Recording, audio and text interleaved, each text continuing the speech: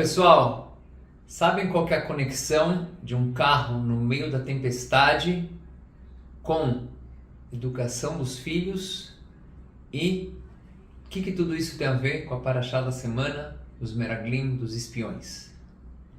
Quando tem a chuva na estrada, sabe quando você está vindo com velocidade, a chuva é muito perigoso, tem risco de escorregar o carro e muitas vezes, infelizmente, acontecem acidentes.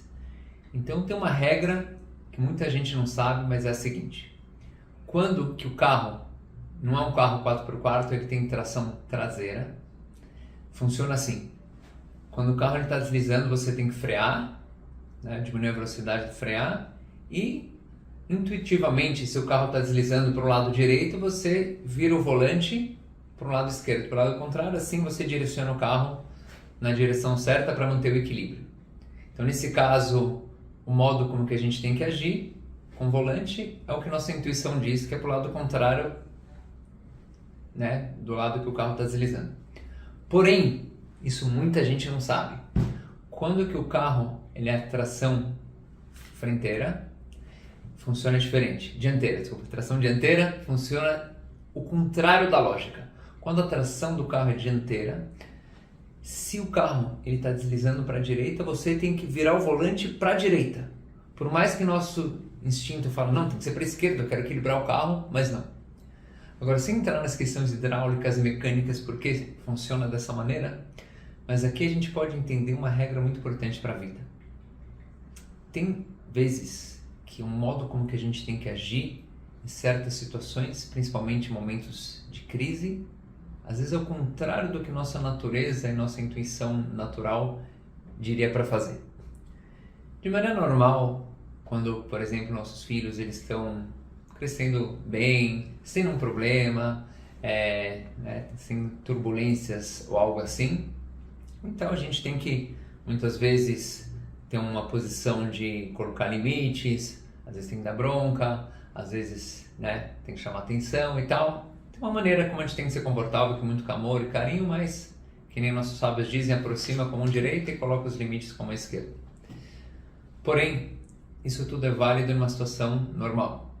Em casos de crise, em momentos que nem na adolescência, tem momentos em que o jovem está muito rebelde, que não está a fim de ouvir nada.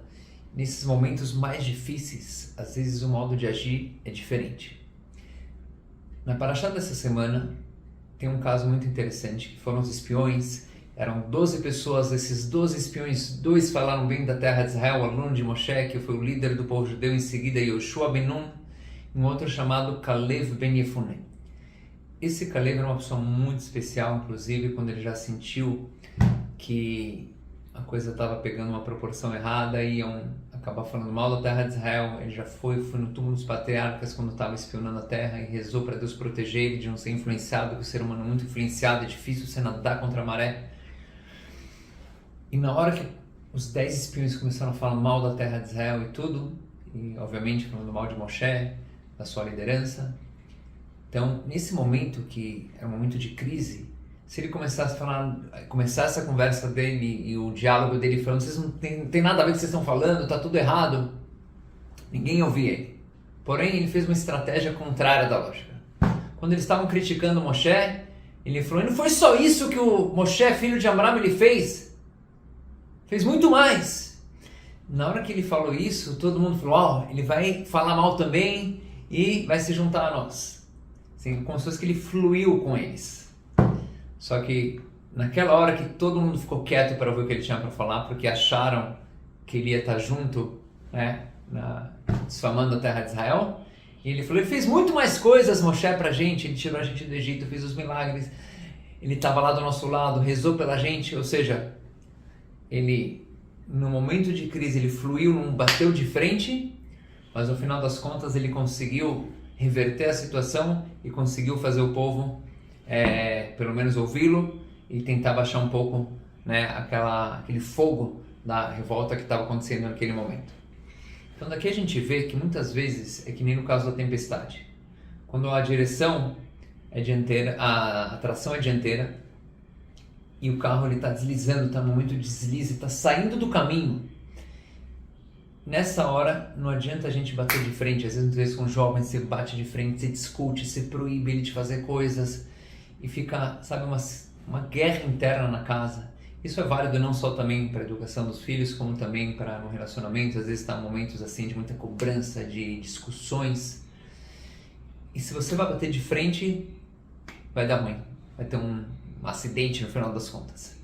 Porém, se você naquela hora respira fundo, sabe que é um momento passageiro, essa idade as pessoas são muito confusas, tem momentos que as pessoas não estão bem, momentos de crise e tal, vai fluindo, sim, não bate de frente, tenta fluir com a pessoa, tenta entender um pouco o momento que ela está passando. Às vezes no casal também a pessoa está sendo um pouco grossa, um pouco sem sentimento, mas pode ser que ela está num momento difícil, pode ser que ela está passando por alguma questão. Então, naquele momento a gente tem aquele jogo de cintura, de saber fluir, saber não bater de frente. Muitas vezes a gente pode poupar muito sofrimento, muita dor e conseguir resgatar um relacionamento e aquele carro que estava indo para o abismo, a gente conseguir redirecionar para um bom caminho e, se Deus quiser, sempre ter muito orgulho dos nossos filhos e que estejam sempre no caminho certo, fazendo coisas boas e boas ações, com um bom direcionamento, e todos os nossos relacionamentos sejam assim também positivos e ter essa sabedoria de saber como que manejar em cada situação. Tudo de bom, até a próxima.